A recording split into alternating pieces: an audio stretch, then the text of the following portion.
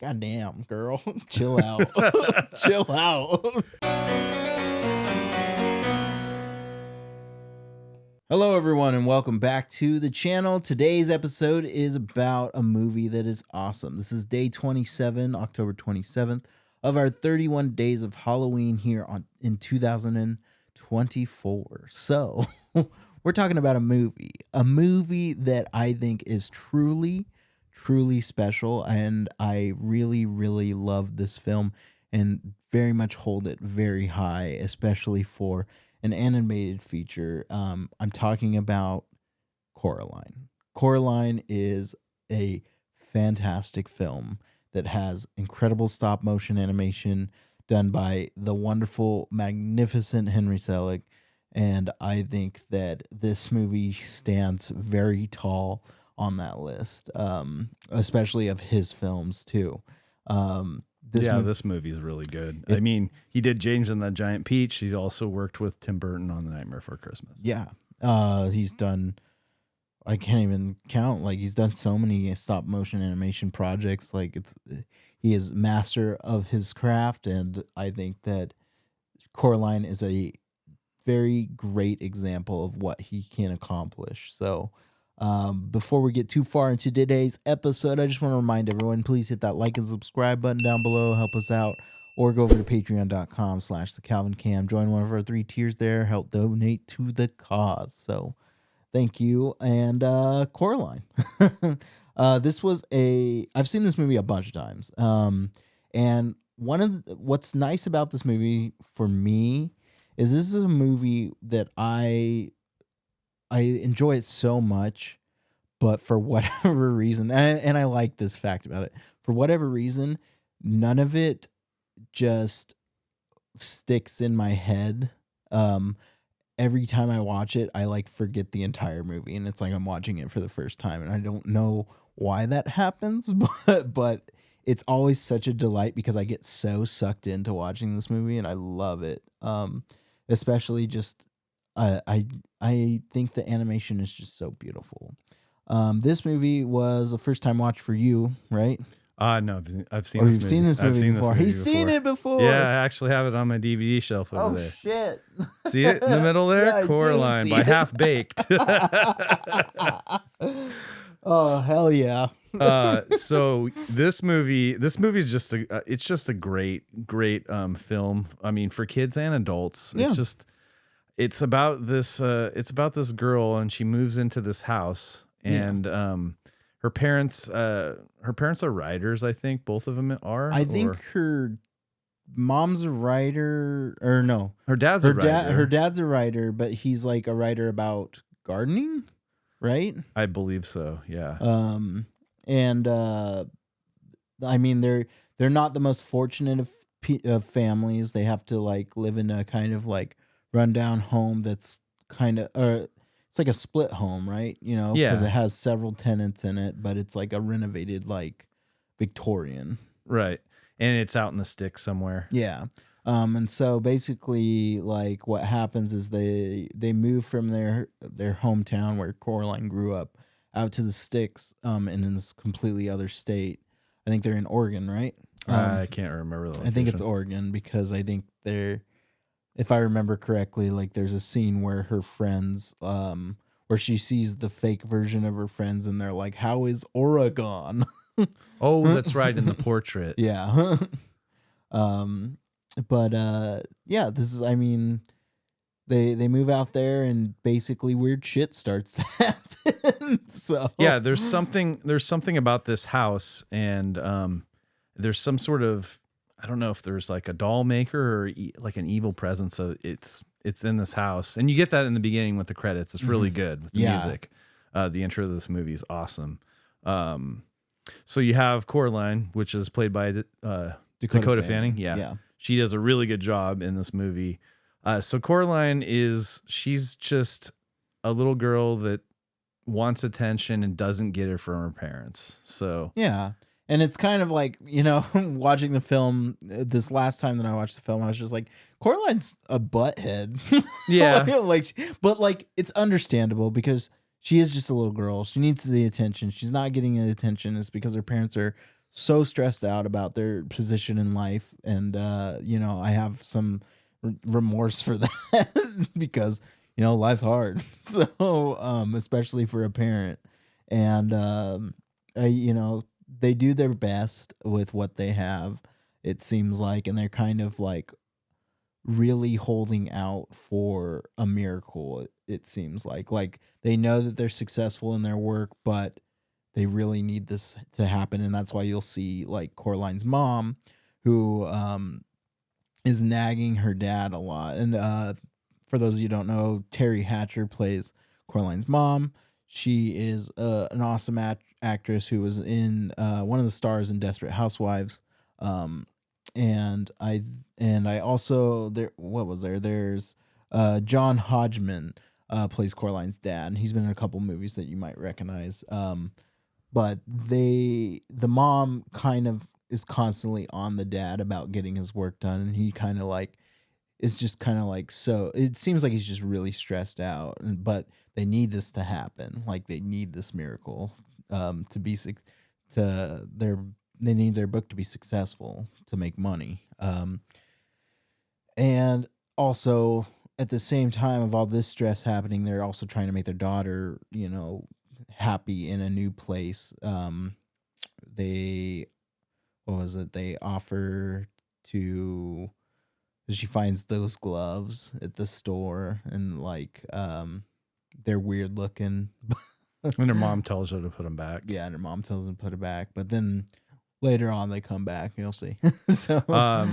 So I like that just the whole presentation of this movie. The stop motion is just beautiful. The whole I know this is a little bit of stop motion, maybe not, but it's just really well done. Like there's so many elegant shots, even when you see her in her dream world where she finds this door. I mean, might as well get into that part of it. Oh, like, yeah. She finds the door.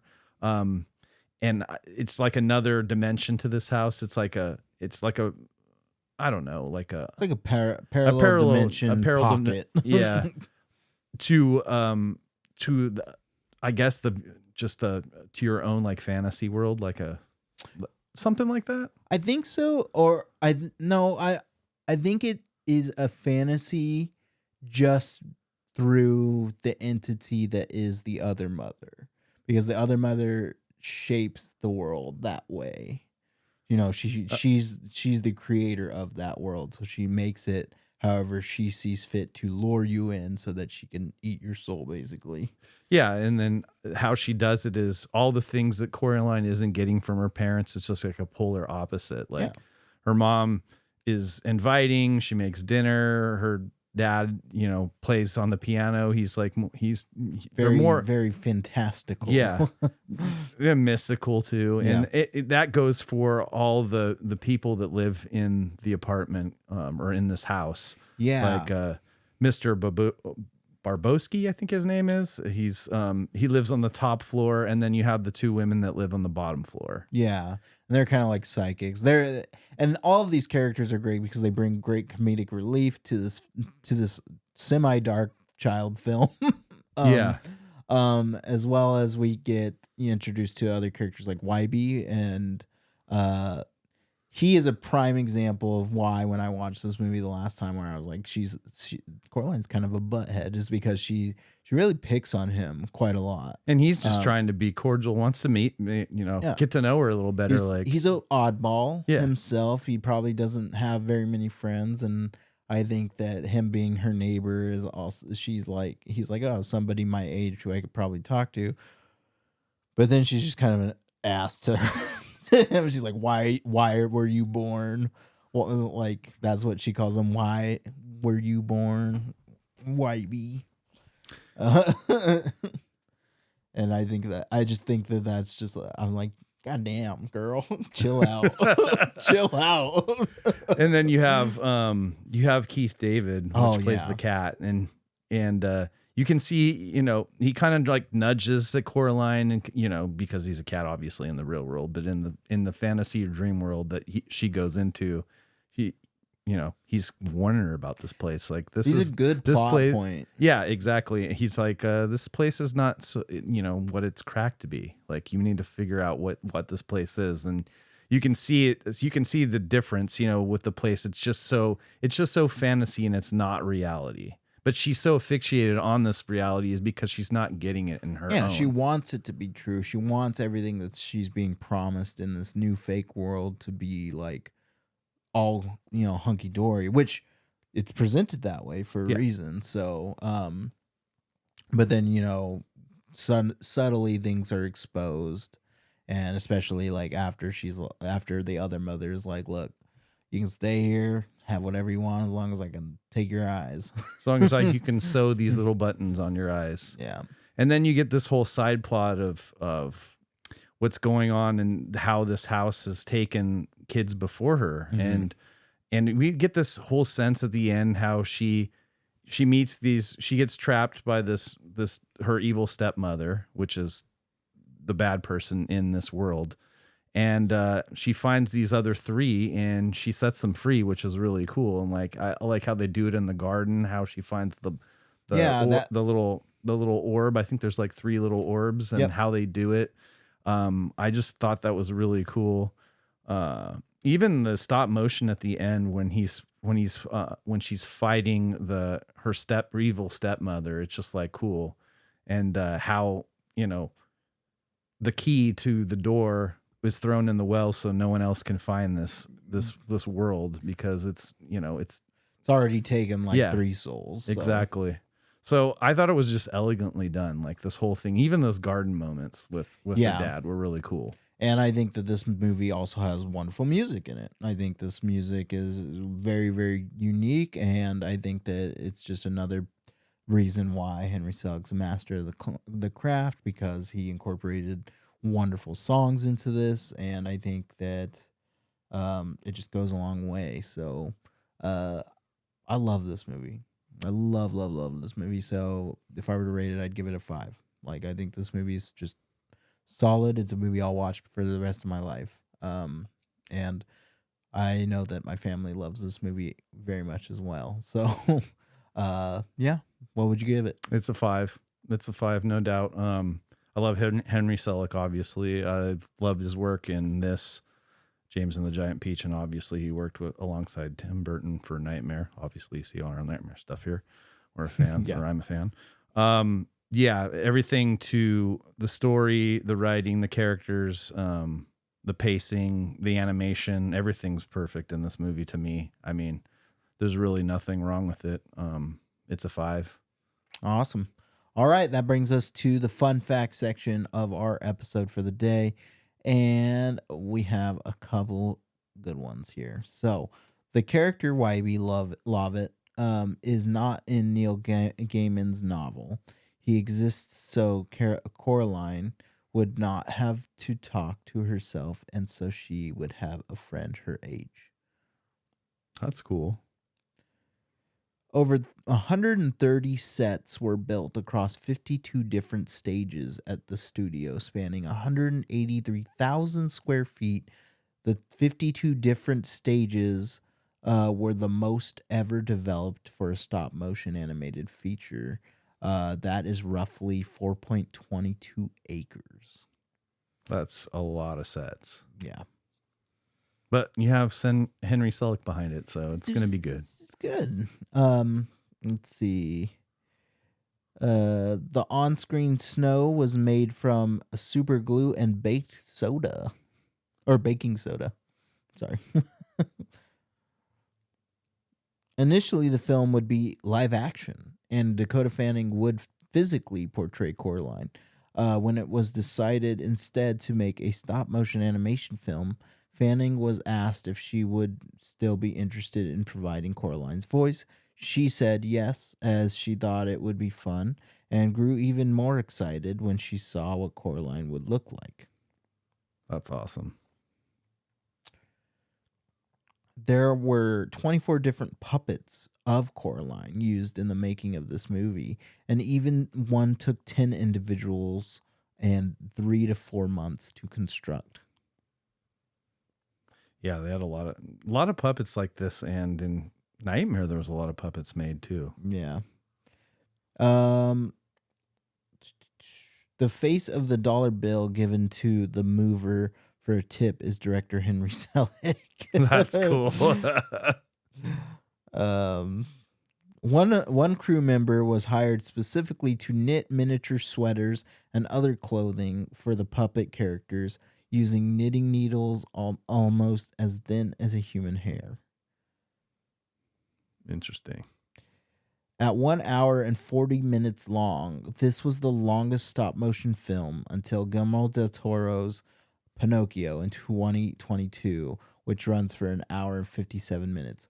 Which that movie is fucking amazing. If you have not seen that movie, I highly, highly, highly recommend it. It almost won an Oscar, or it did win an Oscar, I believe. I did see it. It's Guillermo. He's awesome. Let's see. The model of the father was based on Ted Raimi. Oh, really? That's cool. The film Coraline was shot over the course of 18 months. Damn. Following 2 years of pre-production. Damn. It explains all those model tables and all those puppet armatures being made. This was the first stop-motion animated feature to be shot entirely in 3D. Ooh, cool. At one point in the movie, Coraline shows 16 different expressions in a span of 35 seconds. There's just a lot of really great stuff in this film. That's going to be it for the fun facts today. There's a ton more out there on this movie. I highly recommend going in a deep dive and doing that. And we'll probably do it in our longer episode about Henry Selick's films that we plan on doing. So, stay tuned for that. Yeah, thanks for watching, everyone. We made it this far. We're almost done. We'll catch you on tomorrow's episode. See you tomorrow, everyone.